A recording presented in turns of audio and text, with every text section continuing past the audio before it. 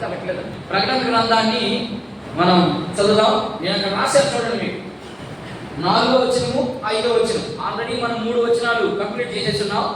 ఇకపోతే 4వ వచనము 5వ వచనం 6వ వచనం, ఈ 3 వచనాన్ని ఈరోజు కంప్లీట్ చేయలేని కదా. 2 విషయాలు నేర్చుకుని 2 వచనాల్లో ఉన్నటువంటి భావం ఏం మాట్లాడుతూ ఉన్నాడు అక్కడ నేను చదువుతాను. నేను 3వ వచనం కానీ చదవాలి, లేకపోతే 2వ వచనం కానీ చదువుకుంటున్నాం. నీ క్రియలను, నీ కష్టమును, నీ సహనమును నేను ఎరుగుదును. నీవు దుష్టులను సహింపలేవనియు అపోస్తులు కాకయే తాము అపోస్తులమనియు చెప్పుకుని వారిని పరీక్షించి వారు అబద్ధికులని నీవు కనుగొట్టివనియు నీవు సహనము కలిగి నా నామము నిమిత్తము భారము భరించి అలసిపోలేదనియు నేను ఎరుగుదును.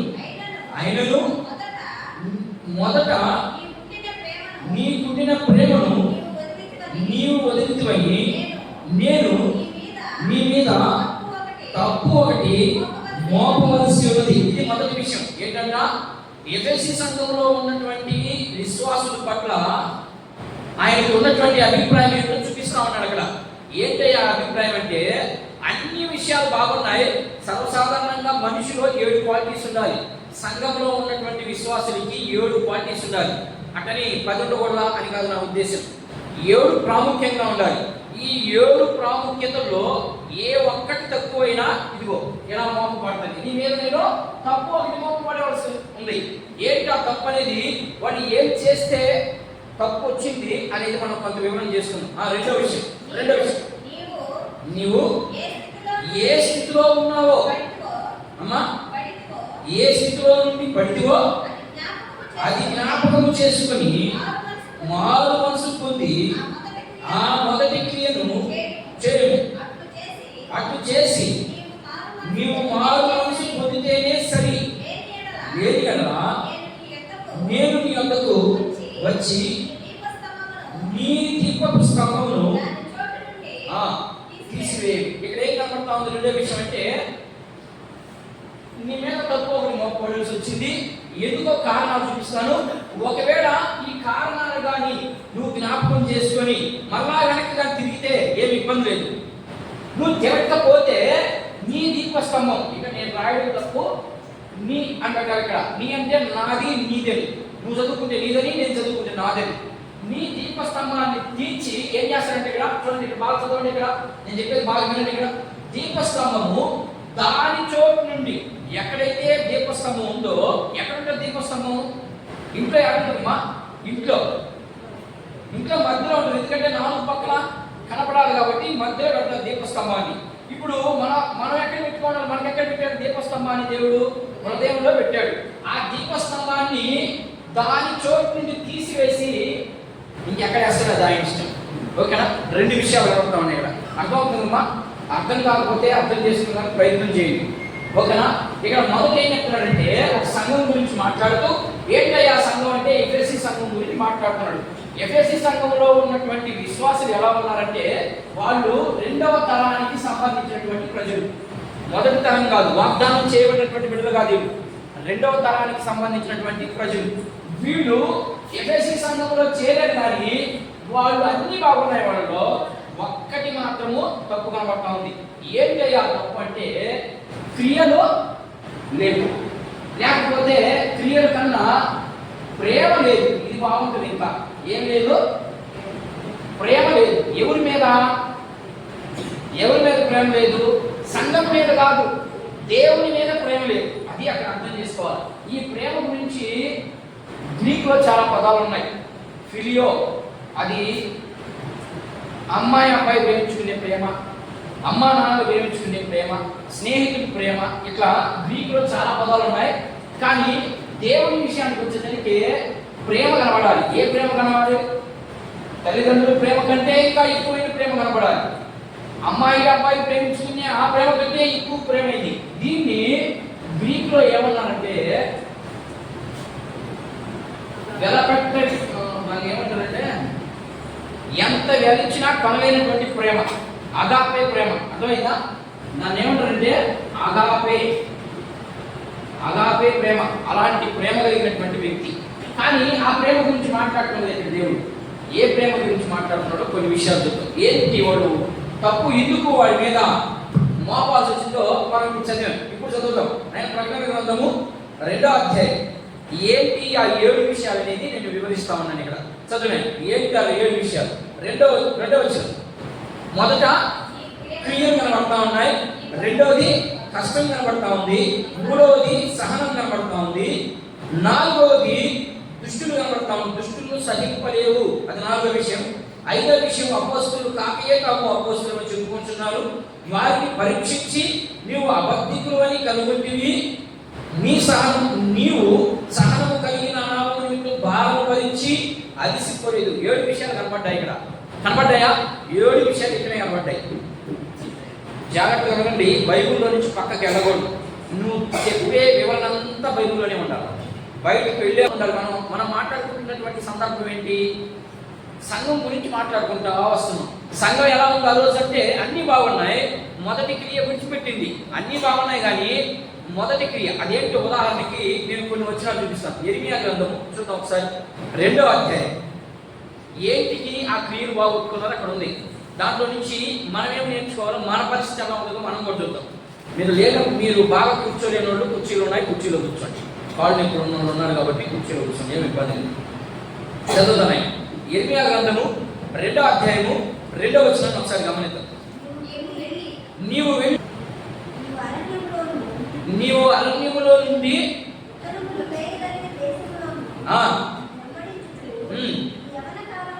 ఏంటంట? ఏ కాలం అంట?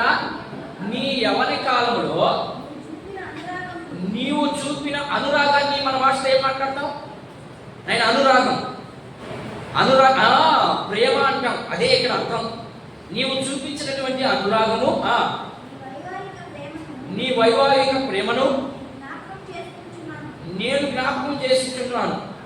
అప్పుడు ఇశ్రాయేలు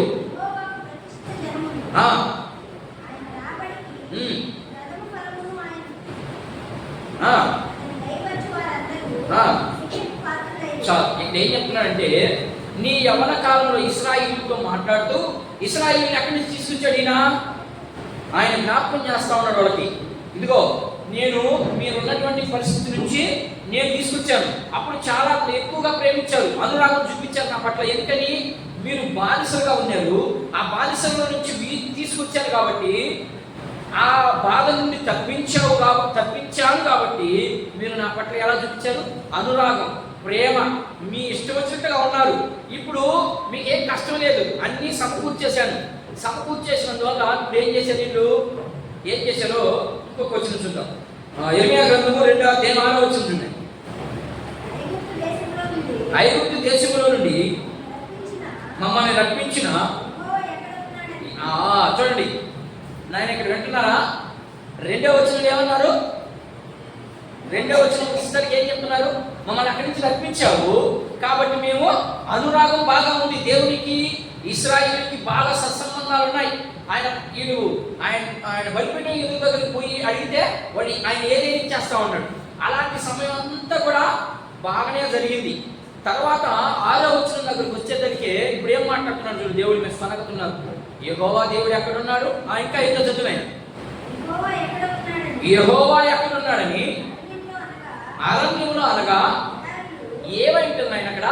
ఇక మీరు అక్కడ ఆగదాం. ఏమైంటుంది? ఈ మధ్యలో 2వ వచనం నుంచి 6వ వచనానికి మధ్యలో ఒక 10 ఏళ్ళు జరిగి ఉంటుంది నా ఉద్దేశం ప్రకారం. చూడండి, ఒక వచనానికి ఎంత గ్యాప్ వస్తూ ఉందో. అరణ్యంలో వచ్చి తీసుకొస్తా ఉన్నాడు. తీసుకొచ్చిన తర్వాత ఈ మాట ఎప్పుడెందుకు ఇశ్రాయేలీలు అరణ్యం నుంచి తీసుకొచ్చాడు. అన్నీ బాగానే ఉన్నాయి, ప్రేమ బాగానే ఉంది.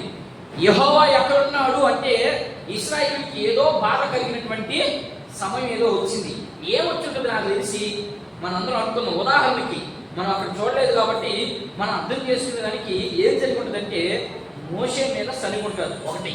అప్పుడు మోషే లేడు కదా, యెరెమీయా ప్రవచనం చెప్పినప్పుడు మోషే లేడు కదా. ఏం జరుగుతుందంటే, వీళ్ళు ఐగుప్తు దేశంలో ఇల్లు కట్టుకోవద్దు మీరు అని యెరెమీయా ప్రవచనం చెప్పడం జరిగింది. ఇంకా ముందుకు వెళితే అదంతా మీకు అర్థమవుతుంది. యెరెమీయా గ్రంథంలో ఇశ్రాయేలుకి ఏం చెప్పాడంటే, మీరు బానిసలే. ఈ దీనికి ఎలా వచ్చున్నారంటే, మీరు పరదేశంగా వచ్చున్నారంతే. మీకు ఈ దేశంలో స్వాస్థ్యం ఉండదు. మీకు ఒక దేశం ఉంటుంది. ఏ దేశం అది? పాలు తేనెలు ప్రవహించే దేశం ఒకటి ఉంది. అక్కడ కట్టుకొని మీరు ఇల్లు బాగా, మీరు ఇక్కడ కట్టబాకండి అని చెప్పుకుంటాడు ఇర్మియా. వెంటనే వాళ్ళకి కోపం వచ్చింది. అదేంటిది? మేము ఇల్లులు కట్టుకొని ఆస్తులు సంపాదించుకొని మిద్దులు మేడలు బంగారు నగలు అన్ని సంపాదించుకోవాలని దేవుడు మమ్మల్ని పంపిస్తే ఈ ఇర్మియా ఏంటి ఈ మాట మాట్లాడుతున్నాడు? ఆయన చెప్పేది అర్థమవుతుందా? ఇది జరిగి ఉంటుంది. అందుకని ఇప్పుడు వాళ్ళు ఇర్మియా మీద, ఇర్మియా అంత వయసు అప్పుడు ఆ ప్రవచనం చెప్పేటప్పటికి ఇర్మియా వయసు ఎంత? 12 ఏళ్ళు. 12 ఏళ్ల వయసులో ప్రవచనాలు చెప్తా ఉన్నాడు ఆయన. కాబట్టి ఇప్పుడు ఇశ్రాయేలు అంతా ఆయన మీదకి తిరుగుబాటు చేసి అలా మాట్లాడి, యెహోవా ఎక్కడ ఉన్నాడు? ఇప్పుడు చదువు, కంటిన్యూషన్ చదువు, కరెక్ట్ చదువు. అరణ్యములో ఎడారులు,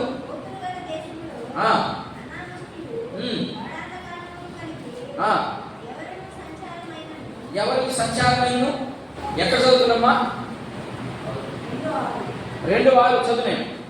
ఐగుప్తులో నుండి మమ్మల్ని రప్పించిన యెహోవా ఎక్కడున్నాడని అరణ్యములో అనగా ఎడారులు గోతులు గల దేశములో అనావృష్టియు అంధకారమును కలిగి ఎవరును సంచారమునైనను నివాసమైనను చేయని దేశములో మమ్మల్ని నడిపించిన యెహోవా ఎక్కడున్నాడు?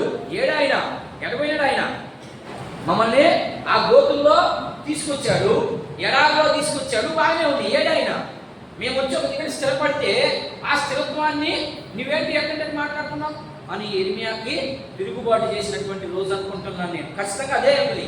అంతే. మనం ఇర్మియా గ్రంథం అంతా పరిశీలన చేసి మార్గాన్ని చదివితే అదే కనిపిస్తుంది. అక్కడ ఇర్మియా చెప్పిన మాటలు వీళ్ళు వ్యతిరేకిస్తూ ఉన్నారు. ఇది అక్కడ జరిగినటువంటి సందర్భం. ఇప్పుడు దేని గురించి మాట్లాడుతున్నాను నేను దేని గురించి మాట్లాడుతూ వస్తా ఉన్నాను? సంఘం గురించి ఇదే కదా, సంఘం గురించి. మొదట నీకు ఉన్నటువంటి ప్రేమ కోల్పోయావు. ఇప్పుడు వాడు అలాగే ఉన్నారు కదా. ఐగుప్తు నుంచి తీసుకొచ్చేటప్పుడు మాత్రము దేవుని భలే ప్రేమించారు. ఎప్పుడైతే ఇల్లు వాకిళ్ళు వాళ్ళు ఇష్టం వచ్చినట్టుగా జీవిస్తున్నారో అది హెచ్చరిక చేశాడు ఇర్మియా పోయి, ఇక్కడ చేయద్దు మీరు అని చెప్తామని వాళ్ళకి పాపం వచ్చి ఎక్కడున్నాడు యెహోవా? అప్పటికి లేవైపోయారు, బాగా స్థిరపడిపోయారు, బాగా డబ్బులు ఉన్నాయకి, అన్నీ అనుకూలంగా ఉన్నాయి. అప్పుడు మనం కూడా అంతే కదా. ఏమ్మా, ఒక రవ్వ డబ్బు కూడిందంటే తలకాయ ఏడుంటుంది, ఆకాశం వైపు ఉంటుంది. మనం అట్లాగే చూసేది. ఇది అక్కడ జరిగినటువంటి సంఘటన. ఇప్పుడు మనం దీంట్లో నుంచి ఈ 4వ వచనంలో నుంచి ఏం నేర్చుకోవాలి సంఘంగా? ఇక్కడ కూడించినటువంటి మనం మొదట మనకున్న ప్రేమ ఏంటి? ఉదాహరణ చెప్తాను నేను. యేసు ప్రభువును నమ్ముకున్న దినాల్లో ఏమనుకుంటాం మనం? యేసు ప్రభువుతో మనకు ఏదైనా ఒక కార్యం చేస్తే మన దేవుని దగ్గర నమ్ముకున్నావా? ఇక్కడ ఉన్నవాళ్ళు ఎవరైనా చెప్పండి, నేను యేసు ప్రభు పరలోక రాజ్యం ఇస్తానన్నాడు కాబట్టి నేను వచ్చి నమ్ముకున్నాను అన్నాడు చేయొద్దండి. ఎవరు లేరు. ఎందుకని? మనం ఎక్కడ కట్టాం? ఇల్లు అద్భుతాల మీదనే కట్టాం. మన కుటుంబంలోనో లేకపోతే మన జీవితంలోనో లేకపోతే ఏదో ఒక విషయంలో మేలు చేస్తే తప్పక దేవుని దగ్గరకు రావట్లేదు ఈరోజు. ఎందుకని? అలాంటి బోధకు అట్రాక్ట్ అయిపోయారు మీరు. కానీ దేవుడు అదిగా చెప్పింది, మీకు ఈ లోకంలో ఉంటాయో ఉండవో అవి పక్కన పెట్టండి, నేను మీకు ఏమిస్తాను? మీ పాపాలను తీసేసి మీకు పరలోక రాజ్యంలో నాతో కూడుండే భాగ్యాన్ని ఇస్తానని చెప్పింది. అది ఆయన చెప్పింది. దాన్ని ఇప్పుడు బోధించే బోధకులు దాన్ని ఎలా బంధించేశారంటే, నువ్వు యేసు ప్రభు దగ్గరకు రా, నీ అప్పులు పోతాయి, నీ జబ్బులు పోతాయి, నీ రోగాలు పోతాయి. పావని కాదు నా ఉద్దేశం. అవి 2వ ఆప్షన్. అది మొదటి ఆప్షన్ నీకేంటి? నీవు రక్షించబడాలి. నీవు రక్షించబడి దేవునితో కూడా 20 యుగాలు ఉండాలి అంటే నువ్వు ఖచ్చితంగా దాన్ని బట్టి నమ్ముకోవాలి యేసు ప్రభుని. మనం దేని మీద కట్టాలా? దేవుని మాట మీద వాక్యం కట్టాలనా? దేవుని వాక్యం మీద ఇల్లు కట్టాలనా? లేకపోతే అద్భుతాల మీద కట్టాలనా? ఇసుక మీద. అందుకని యేసు ప్రభు ఒక ఉదాహరణ చెప్తాడు. మీరు ఇసుక మీద ఇల్లు కడుతున్నారు, అది వాన వస్తే దెబ్బకు పడిపోద్ది. వాన అంటే ఇసుక మీద అంటే మనం అద్భుతాల మీద కడతాం. నాకు దేవుడు బాగు చేశాడు కాబట్టి నేను వచ్చా. అదే మరలా జబ్బు రమ్మని నీకు ఉదాహరణకి నాకు ఏదైనా ఒక జబ్బు వచ్చింది, ఆ జబ్బును బట్టి నేను దేవుని దగ్గర నమ్ముకున్నాను. ఇప్పుడు ఆ జబ్బు పోయింది, ఇప్పుడు దేవుని దగ్గర వస్తాను నేను రాను. కృతజ్ఞత ఉంటే కదా వస్తాను. నేను కట్టింది దేని మీదమ్మా? నేను చెప్పేది మీకు అర్థమైనట్లేదు. బాగా అర్థం చేసుకునే ప్రయత్నం. నాకేదో ఒక జబ్బు వచ్చింది, ఆ జబ్బు బాగుంటాడు. ఏమనుకున్నాను నేను, ప్రభువా నువ్వు కానీ నాకు ఈ జబ్బు కానీ బాగుంటే నేను నీ సన్నిధికి వస్తాను, నేను నమ్ముకుంటాను అన్నా. నేను అనుకునే వచ్చింది. నేను వచ్చిన తర్వాత దేవుడు పాపం నా బిడ్డ అడుగుతా ఉన్నాడులే పానీలే అని చెప్పి దేవుడు ఏం చేస్తాడు, వాడికి ఆ జబ్బు తీస్తాడు. నాకు ఆ జబ్బు తీసేసాడు. తీసిన తర్వాత ఒక 10 రోజులు మాత్రం కంటిన్యూషన్ వస్తాను చర్చికి. 11వ రోజు ఎగరాను. అదే నువ్వు వాక్యం మీద కట్టుంటే, దేవుని మాట మీద కట్టుంటే నీకు జబ్బు కాదు కదా, ఆఖరికి ఇంకో గంటకు సస్తామన్నా కూడా దేవుడిని విడిచిపెట్టవు. ఇది అని చెప్పే మాట. ఇక్కడ ఏం చెప్తున్నాడంటే వేసే సంఘానికి, మీరు అన్ని బాగున్నాయి కానీ మొదట నీకున్న ప్రేమ లేదు. ఏంటా ప్రేమ అంటే దేవునితో సత్సంబంధాలు లేవు. ఇప్పుడు అద్భుతాలు చేసినప్పుడు మాత్రము దేవునితో సత్సంబంధాలు ఉంటాయి. అప్పుడు ప్రార్థన చేస్తారు. మన బాధలు పోయేదానికి, మనం ఇంకా రకరకాలుగా పోయేదానికి దేవుడితో చాలా ఎక్కువ సమయాన్ని గడుపుతాం. ఎప్పుడైతే వాటి నుండి మన నుండి తీసేస్తాడో మనం ఏం చేస్తాం, వాటిని ఇక దేవుని దగ్గర రాము. వస్తాం ఇప్పుడు గంటకో, ఇలాగపోతే 10 సంవత్సరాలకు ఒకసారో. ఏసన్న చెప్తాడు, ఏసన్న గారు ఉన్నారు కదా చనిపోయిన ఆయన ఏం చెప్తాడంటే 3 రకాల క్రైస్తవులు ఉంటారంట. ఒకరు పళ్ళ కోసం వచ్చే క్రైస్తవులు, వీళ్ళు నాకు ఒకసారి వస్తారు చర్చికి. ఒకరు సిలువు వేసేటప్పుడు వస్తారు. సిలువు వేసే రోజులు ఉంటాయి కదా మనకు, లెంట డేస్ ముందు జరుగుతాయి చూడ, అప్పుడు వస్తారు. ఎందుకని, యేసు ప్రభు నా కోసం తెచ్చుకున్నాడని వచ్చేవాళ్ళు ఒకరు అంట. ఇంకొకరు వాగ్దానాల కోసం వస్తారంట. 3 రకాల క్రైస్తవులు. అలా ఉండకూడదు. అదే ఇక్కడ చెప్తున్నాడు, నీవు మొదట ఉన్నటువంటి ప్రేమను చల్లారి చేసుకున్నావు. మనం ఏం చేస్తామంటే దేవుని దగ్గరకు వచ్చినప్పుడు మొదట్లో నేను ఎక్కువగా దేవునితో గడపాలి అని అనుకుని వస్తాం. ఇది మొదటి క్రియ, మొదట మనం చేసేది. క్రమేణా క్రమేణా క్రమేణా క్రమేణా ఏమైపోతాం, దేవునికి దూరస్థమైపోతాం.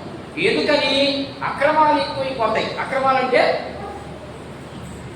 డబ్బు మీద ఆశ, వ్యామోహం, ఇక రకరకాలుగా అలా వెళ్ళిపోతాం. కాబట్టి మనం ఏం నేర్చుకోవాలయ్యా 4వ వచనంలో నుంచే అంటే, మొదటి యేసు ప్రభువుని నమ్ముకున్నప్పుడు ఏదో చేయాలనుకుని వస్తావు, ఆఖరికి యేసు ప్రభువుని వదిలేస్తాం. అలా వదిలేసావు అంటే నీకు ఏం లేదని కింద వచ్చిన చెప్తున్నాడు. చదువు ఇప్పుడు కింద వచ్చింది చదువు. అలా వదిలేసావు అంటే ఇప్పుడు కింద వచ్చిన చదువు. చదువు ప్రకటన గ్రంథం 2వ అధ్యాయం 4వ వచనం. ఆయనను మొదట నీకుండిన ప్రేమను వదిలితివి, నేను నీ మీద తప్పుగా ఒకటి మోపవలసి వచ్చింది. ఇది 4వ వచనం దాకా కనబడతా ఉంది. నీవు ఏ స్థితిలో నుండి, వెంటనే మాట్లాడుతున్నాడు ఇక్కడ. ఏమని మాట్లాడుతున్నాడంటే, నీవు మొదటి స్థితిని వదిలేసావు కాబట్టి ఇప్పుడు మళ్ళీ జ్ఞాపకం చేస్తున్నాడు. నేను ఏమని జ్ఞాపకం చేస్తున్నాడంటే, నీవు ఏ స్థితిలో నుండి పడితివో అది జ్ఞాపకం చేసుకో ముందు. నువ్వు దేవుని సన్నిధికి ఎలా వచ్చావు, ఎందుకు వచ్చావు, ఇది జ్ఞాపకం చేసుకో ముందు. ఇది జ్ఞాపకం చేసుకొని కంటిన్యూషన్ చేయమ్మా. చదువురాని, నీవు ఏ స్థితిలో నుండి పడితివో అది జ్ఞాపకం చేసుకొని, ఇప్పుడైనా ఉనికిపోయింది లేదు, మారు మనసు ముందు. నీకు ఇప్పుడు దాకా మారు మనసు లేదు, ఉన్నింది మళ్ళా పోయింది వెనక్కి. అయినా ఒకసారి మారు మనసు వచ్చిన తర్వాత వెనక్కి పోతుంది. పోతమ్మా, నిజంగా నేనైతే గట్టిగా ఒక్కడిని చెప్తున్నాను, ఒక్కసారి మారు మనసు వచ్చింది అంటే ఇక పోదది. ఇక పోయింది అంటే నువ్వు మారు మనసు నీకు రాలేదని అర్థం. చెప్పారు కదా ఆయన. మీరు మత్తయి సువార్త 3వ అధ్యాయం మొదటి వచనం నుంచి 3వ వచనం దాకా మనం చదివితే, పరలోక రాజ్యం సమీపించింది, మీరు మారు మనసు పొంది ఏం చేయమన్నాడు, మీరు మారు మనసు పొంది పాపక్షమాపణ నిమిత్తం బాప్తిసం తీసుకోమన్నాడు. తీసుకున్నాం కదా మనందరం మారు మనసు పొందినాం అసలు. నేనైతే చెప్తాను, చాలా మందికి మారు మనసు లేదు. మారు మనసు ఉంటే ఖచ్చితంగా దేవుని విషయాలు పక్కన పెట్టు. అది ఏ విషయమైనా కానీ అట్లా అనుకుంటానే మీరు ఎక్కడికి వెళ్తారంటే, సర్వసాధారణంగా పాస్టర్ ఏం చెప్తారంటే, ఈ మాట చెప్తుందని మీరు యాక్టివ్ పోతారు. చెప్పండి ఉదాహరణకి, దేవుని విషయాలు పక్కన పెడుతున్నారు అని అంటూనే మేము దర్శనం బాగా లేదని, మేము కానుకలు లేదని ఇక్కడికి వెళ్తారు. అది కాదు ఇక్కడ మాట్లాడే సందర్భం. అట్లాంటి వాళ్ళు చాలా మంది ఉన్నారు. వాళ్ళ సంగతి గురించి నేను మాట్లాడను, వాడు విమర్శించను. దేవుని వాక్యం ఏం చెప్తుందంటే, మొదట కోల్పోయిన స్థితి ఏంటి, నువ్వు జ్ఞాపకం చేసుకో అంటే, ఆ రోజు దేవుని సన్నిధికి ఎడత లేకుండా వస్తున్నావా, ప్రార్థన చేస్తున్నావా, పాటలు పాడుతున్నావా, అనేకుల నిమిత్తం విజ్ఞాపన చేస్తున్నావా? ఏది నీకేది ఇప్పుడు? అది ఇక్కడ దాని మీ ఆస్తులు మీ అంతస్తులు ఇవన్నీ కాదు ఇక్కడ వాక్యం చెప్పేది. ఇక్కడ ఏం చెప్తుందంటే దేవుని దగ్గరికి ఎంత కూడుకుంటే చాలు. ఎప్పుడెప్పుడు చర్చి పెట్టాలనుకున్నాను నేను కానీ నిజంగా ఆ రోజు నాకు నిజంగా మార్పు వచ్చినటువంటి రోజు బాప్తిస్మం తీసుకున్న తర్వాత 2 సంవత్సరాలకు వచ్చింది నాకు మారు మనసు. వింటున్నారా? ఇది కొని ప్రభువులో చేసిన 2 సంవత్సరాలకు వచ్చింది నాకు మారు మనసు. అప్పుడు దాకా నాకు మారు మనసు లేదు. కానీ నేను మాత్రం క్రైస్తవునిగానే చలామణి అయినాను. అది కాదు క్రైస్తవ్యం. మారు మనసు వస్తే ఇక ఏ పనైనా పక్కన పెట్టేస్తాం అంతే. ఆ సమయానికి దేవుడితో కూడా ఉండాల్సిందే. అది ఎంత కష్టమైనా కానీ ఎంత సుఖమైనా కానీ అది మారు మనసు. అందుకని చెప్తున్నాడు, ఇప్పుడు దాకా నువ్వు మారు మనసు పొందుకున్నావో లేదో, ఏ స్థితిలో నువ్వు చర్చలో జ్ఞాపకం చేసుకో, అయినా కూడా ఇబ్బంది లేదు. ఇప్పుడైనా మారు మనసు పొందు. రాత్రి కొంటామో పోతామో తెలియదు, ఇప్పుడు పొందు చేస్తాడు దేవుడు. వెంటనే మనం ఏం చేస్తాడు? ఆయన బిడ్డగా స్వీకరించుకుంటాడు. ఇక్కడ ఏం చెప్తున్నాడు? నువ్వు మారు మనసు పొందితేనే సరి, లేకపోతే ఏం చేస్తాడంటమ్మా? నీ దీపస్తంభాన్ని తీసేస్తానంటున్నాడు. అంటే దాని అర్థం ఏంటంటే రక్షణ కాదు. ఇక్కడ జాగ్రత్తగా వినాలి. ఇక్కడ రక్షణ మాత్రం కాదు. అంటే అర్థం యేసు క్రీస్తు రోమపత్రిక 9:10 ఏమంటుందంటే ఎవరైతే యేసు క్రీస్తు మీకు ప్రభు అని అంగీకరిస్తారో వారికి ఏమొస్తుందంట? వారు రక్షించబడతారని ఉంది అక్కడ. అంటే రక్షణ పొందుకుంటావు కానీ నీకు మారు మనసు లేదు. నాకు కన్ఫ్యూజన్ అవుతామన్నారా? ఇక్కడ కన్ఫ్యూజన్ అవ్వకండి. ఇక్కడ ఏం చెప్తున్నానంటే నీ దీపస్తంభాన్ని నేను తీసేస్తాను అన్నాడంటే అర్థం ఏంటంటే నీకు రక్షణ వాగ్ది దేవుడితో కూడా నువ్వు ఉండవని కాదు. రేపు దేవుని రాజ్యంలో నువ్వు ఉండవని కాదు ఇక్కడ అర్థం. నీకు రక్షణ మాత్రం కాదు, కానీ ఏం వాద్ది? ఏమాత్మ? ఆత్మ నీలో ఉండదు అంతే. ఆత్మ నీలో కార్యం జరిగించదు. ఆత్మ నీతో మాట్లాడదు. ఆత్మకి నీకు సత్సంబంధాలు ఎవరితో ఉంటాయి? ఇక్కడ అపవాదితో ఉంటాయి. అపవాదితో ఉన్నప్పుడు ఏమి ఉంటాయో 4వ వచనం చెప్పాడు. 4 ఆధిక్యత చూపిస్తా ఉన్నాడు. ఏమి చూపిస్తున్నాడు? 5వ వచనంలో చూడండి. 5వ వచనం దీపస్తంభం దాని చోటు నుంచి తీసేస్తాను అన్నాడు కదా. దీపస్తంభం అంటే ఏంటి? వెలుగు. నీలో ఉన్నటువంటి ఆధ్యాత్మికమైనటువంటి ఆ స్థితిని దేవుడు తీసేస్తాడు. ఎందుకని? ఉదాహరణకి తీసేస్తాడు అంటున్నారు కదా. లూసిఫర్కి తీసేసాడా? నా ప్రశ్న. ఇప్పుడు దేవునికి లూసిఫర్కి సత్సంబంధాలు కోల్పోయినాక తోసేసాడు కదా. ఎందుకు తోసేసాడు కదా? తోయలేదా? తోసేసాడు. తోసేసిన తర్వాత వాడు అద్భుతాలు ఏమన్నా మానేడా? అద్భుతాలు ఏమన్నా మానిపోయాడా? వాడు ప్రార్థన చేస్తే అద్భుతంగా జరుగుతాడు. అంతే కదా. ఇప్పుడు జరుగుతూ ఉంటుంది. మాంత్రికులు ఉన్నారు కదా, వాళ్ళు ప్రార్థన చేసినా కూడా దాంట్లో వినబడిన ఇబ్బంది లేదు. ఇక్కడ వినబడకూడదు, బయటకు వినబడకూడదు వాయిస్. అద్భుతాలంటే వాడు చేసేది కూడా అదే కదా. లూసిఫర్ కూడా చేసేది అదే. నువ్వు ఏదైనా బాగా లేకుండా పోండి, వాడు ఏదో తాయితో ఏదో వాడు కడతాడు. తక్కుతుందా? తగ్గలేదా? తక్కుతుంది కదా. తక్కుతుంది అంటే అర్థం ఏంటి? వాడు పవర్ దేవుడు తీయలేదు. పేతురు స్వస్థపరిచాడా? ప్రార్థన చేశాడు అంతే. అందుకనే కొరింథీ పత్రిక మొదటి పత్రికలో మొదటి అధ్యాయం నుంచి 4వ అధ్యాయం వరకు మధ్యలో ఏముంటుందంటే కొంతమంది నేను పౌలు వాడిని, నేను అపోల్లో వాడిని, నేను ఇంకొక వాడిని, నేను కేఫా వాడిని అని అనుకుంటున్నారు. వరే అప్పుడు పౌలు విని ఎవరు తిక్కమహోళ్ళారా? పౌలు ఏమన్నా దేవుడా? మీ కోసం ఏమైనా చచ్చిపోయాడు? ఆయన చచ్చిపోయింది ఎవరు? క్రీస్తు. మన కోసం ప్రాణం పెట్టింది ఆయన. ఆయన మీద మీరు విశ్వాసం ఉంచండి, మీకు రక్షణ వస్తుంది, మారు మనసు వస్తుంది, పాపక్షమాపణ వస్తుంది, ఆ తర్వాత పరలోక రాజ్యం కూడా వస్తుంది. అది ఆయన చెప్పింది. మనం ఏం చేస్తాం? ఇప్పుడు నేను చచ్చినా బతికినా యేసు ప్రభు దగ్గరికే అన్న తీర్మానంతో వస్తావు. నేను చచ్చిపోయినా బతికినా ఇబ్బంది లేదు, కానీ నేను యేసు ప్రభుని విడిచిపెట్టను అని నీకు వస్తావు దేవుని సన్నిధికి. నీకు ముందు ఒకరోజు ఈరోజు కాలు దెబ్బ తగిలింది, రేపు చెయ్యి దెబ్బ తగిలింది, ఎల్లుండి నీ కొడుకు ఏదో తగిలింది, మొన్నాడు మీకు ఏదో జరిగింది, నీ కొట్టావు దేవుని దగ్గర. అదే దాని గురించి మాట్లాడుతున్నాడు ఇక్కడ. అదే చెప్తున్నాడు, మొదటి ప్రేమను నువ్వు కోల్పోతా ఉన్నావు. నువ్వు అయినా ఏ ఇబ్బంది లేదు, మీరు అద్భుతాల మీద కట్టమాకండి, నేను జస్ట్ అదే దేవుడితో కూడా ఉంటాను. ఇది మన టార్గెట్. ఆ టార్గెట్లో ఉంటే ఖచ్చితంగా మనందరమే ఎక్కడ ఉంటాం? దేవుని సన్నిధిలో ఉంటామని దాని ఉద్దేశం. అలాగా ఈరోజు సంఘంలో ఉన్నటువంటి మనం, నేను ఇంతటితో ఈ వాక్యాన్ని ముగిస్తా ఉన్నాను. ఈరోజు సంఘంలోకి వచ్చినటువంటి మనం, దేవుని బిడ్డలమని చెప్పుకుంటున్న మనం, మన క్రియలు ఎలా ఉన్నాయి, మన పరిస్థితి ఎలా ఉంది ఒకసారి అర్థం చేసి మీరు వెంటనే మన క్రియలు అంటంగానే మీరు బయటకు పోవకండి. అర్థమైందా? శరీర సంబంధమైన క్రియల గురించి నేను మాట్లాడను, బైబిల్ మాట్లాడదు. అట్టని మేము శరీర సంబంధం గురించి మేము ఆలోచించకూడదు అంటే కష్టంగా ఆలోచించాలి.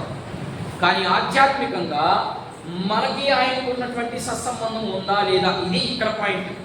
మీరు దాన్ని బట్టి మీరు అర్థం చేసుకుంటూ మనలో కూడా శరీర సంబంధమైనటువంటి బలహీనతలు ఏమైనా ఉన్నాయా, ఉంటే తీసేసుకునేదానికి ప్రయత్నం చేద్దాం.